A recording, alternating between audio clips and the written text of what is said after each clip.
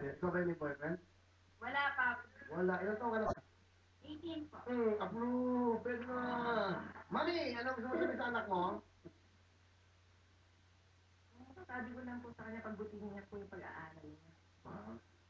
Saka, pera muna boyfriend. Bakit naman?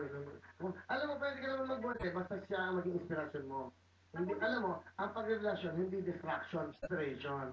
Kung makakita siya ng laking susuportahan talaga siya, bibigyan siya ng magandang suporta sa kanya, di ba? Ay, kailangan na yan. Mamay, matanong ko lang, ilang taong kinawa? Ha? 19. 19. Kung 19 na nanay mo, isang taong pa. Wani, kita mo? Tayo ka parang ano. Ano pa nanay? Ano pa gusto mong sabihin?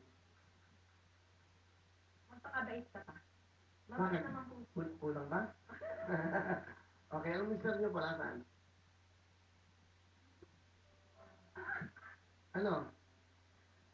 Magpakabait din siya. May pamilya pa.